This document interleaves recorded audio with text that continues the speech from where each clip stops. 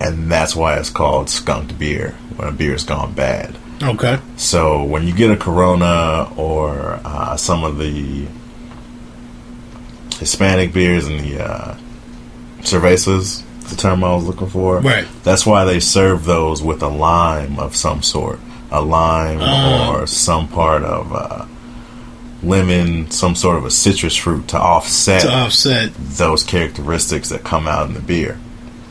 So the whole thought process behind the cans now is that you eliminate that altogether, because even with the brown bottle, you still get some light exposure. Okay. And cans, people have known this for a while, but you got an aluminum taste from the can. Exactly. And which was the reason I was always on my bottle. Right. Me too. And even now, like, it's weird for me to get cans all the time, because I'm so embedded in not getting them, I guess. But I can't off the top of my head remember who first came up with the process. I want to say it was Oscar Blues. I believe they were the first ones to say, all we do is cans, and we've come up with a lining that does not leave any residuals, BPA tested and everything. But Sam Adams was the one to come out and say everybody can use this. So they came out with a can lining that had no residuals, was BPA tested, and no bad carcinogens or anything in the lining, and is safe for all of us human folk. And so everybody's doing cans now. Now, what's up with the new the apparatus that holds the 6-pack together? Sure. Is that frustrating, or is it just me and I'm ignorant to how to get the damn can out of that cluster? You know, I don't know what the exact term is for those 6-pack holders. Yeah. But it's some heavy duty. It's some heavy duty stuff. I'm a fan of them. I guess my thought is I've always been, to that regard, kind of like nature friendly. Like, I was one of those kids that like paid attention in like 3rd or 4th grade. Erosion and conservation. Like, oh man, if I got this 6-pack of pop and I just throw these rings away, I'm killing wildlife. There's gonna be a fish that gets caught in here, like it's gonna strangle some goose or a duck. Right. So I used to snip all of them. Okay. And so from that stance, I was always like, okay, this is good. And then I reuse them. So if I've got a 6-pack somewhere, let's say I get a 6-pack of Oscar Blues or something. Okay. And then my next time out, I buy a bunch of singles. When I come home, I snap those singles into the spaces of the cans that I've been drinking beforehand. And so it's a space-saving device in my fridge, which allows me to put more beer in the fridge. So I'm not mad at them. I like them because they're typically color-coded. Yeah. So I know Jackie O's has the purple ones, the purple tops. I think it's pretty cool. I just, like I said, I've struggled with easily removing them from the cluster is what I'm going to go with. You just got to get aggressive with it. Yeah, I was about to say, I think I'm messing around trying to be gentle and whatnot, and you just got to give it a good yank. You just got to grab, pull, and just get, Okay, before we move on, because we actually stumbled into a decent not bad craft beer topic on some impromptu. Any new flavors right now? Any new brand that you stumbled across? I've had a hard time actually chasing down some founders, so that's what I'm kind of looking for. I love founders. Bell's is obviously always killing the game, and this Uranus, I'm a big fan of it, despite the title and whatnot. But anything you stumbled across new? Any festival? Oktoberfest. Maybe we can get into that before we move on. Sure. I did see a couple of weeks ago that we had Oktoberfest locally. Yeah. I know when we first met, you had just went to a big a big festival in Indiana. Yeah. So is anything going on in that regard, festivals and whatnot? So it is Oktoberfest season. There have been a handful of those around our area. I admittedly passed on those. My girlfriend is a big pumpkin beer fan, and she got me into the season a little early. Now, let me clarify before people start yelling at me. I know that pumpkin flavored beers, and Oktoberfest beers are completely different, but it's the same season. They come out at the same time. Right.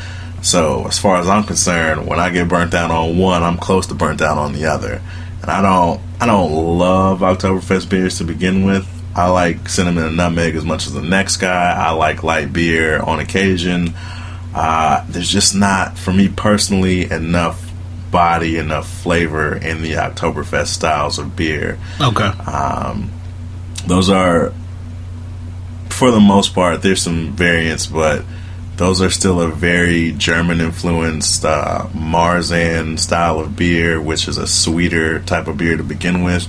They just don't necessarily do it for me.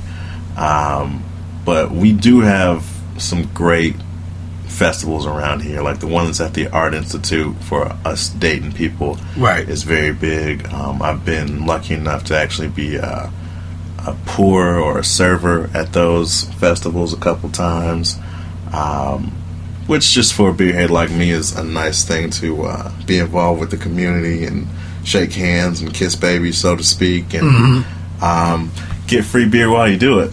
So, but yeah, there's definitely been some good stuff this year. I mean, pumpkin wise, if you're looking for something,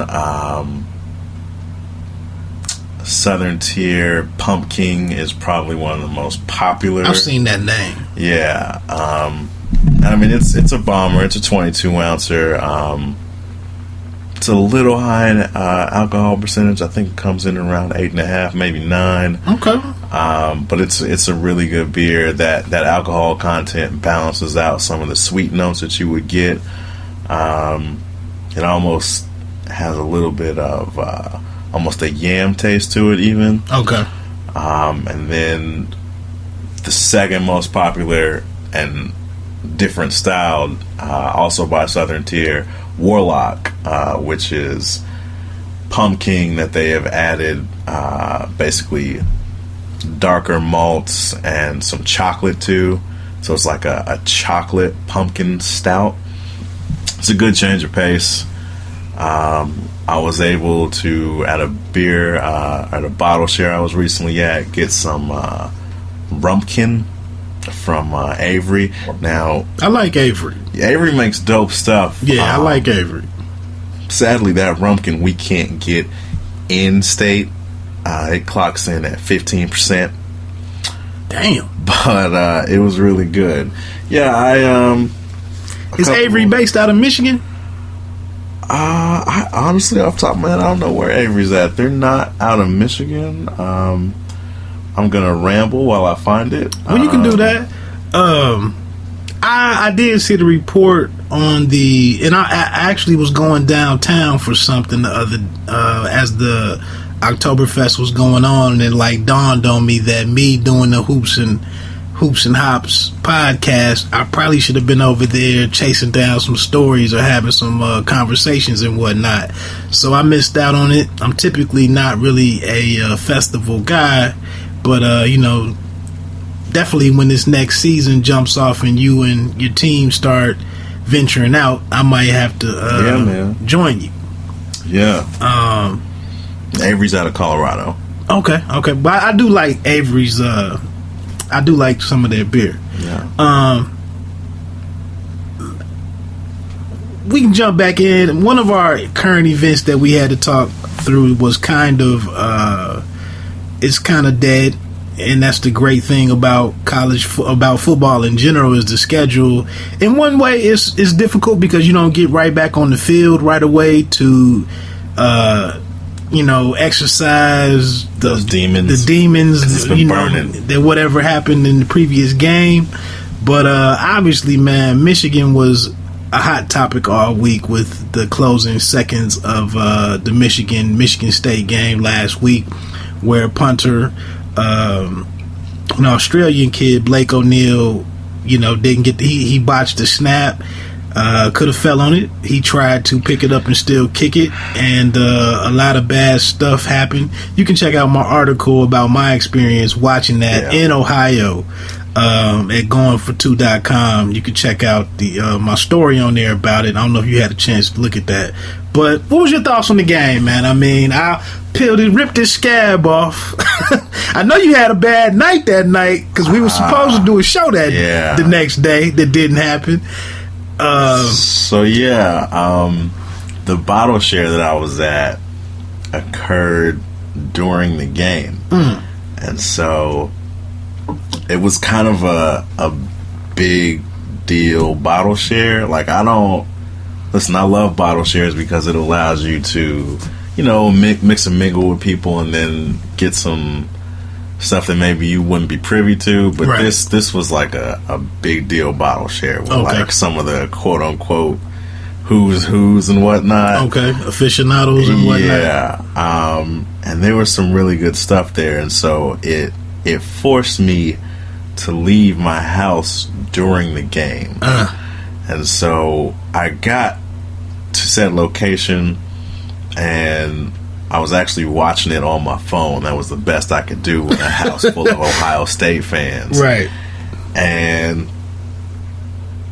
I was feeling really good about things, and I had kind of stopped paying exact attention to it. And then my phone just started blowing up.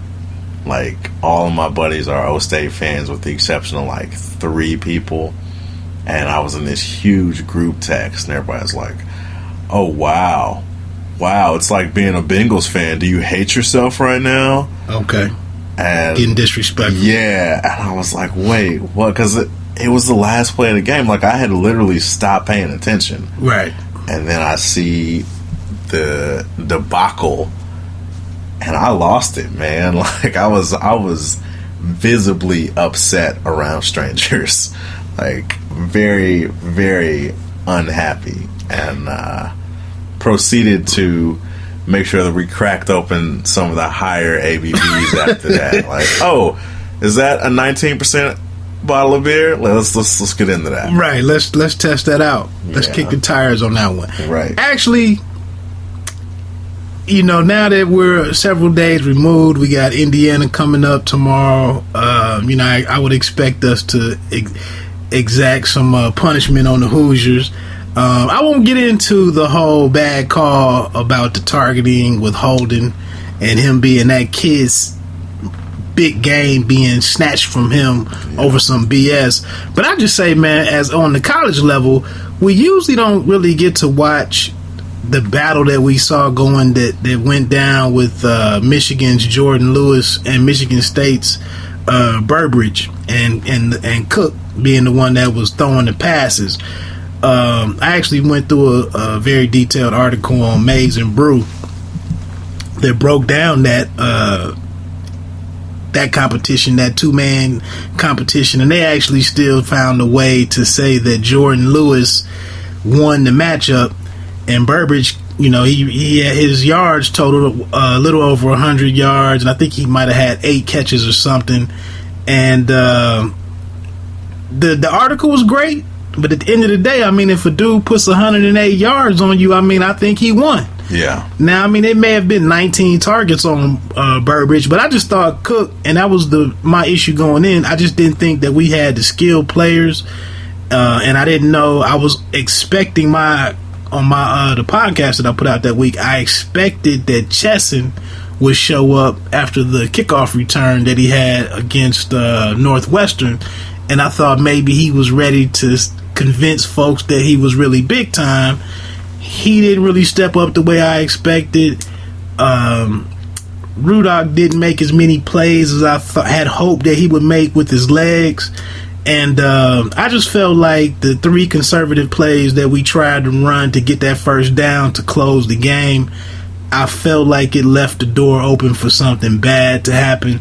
And I just felt like that would have been the perfect time for Rudock to use his legs and get that first down so that we could get into that victory formation as opposed to trying to kick off. But I can't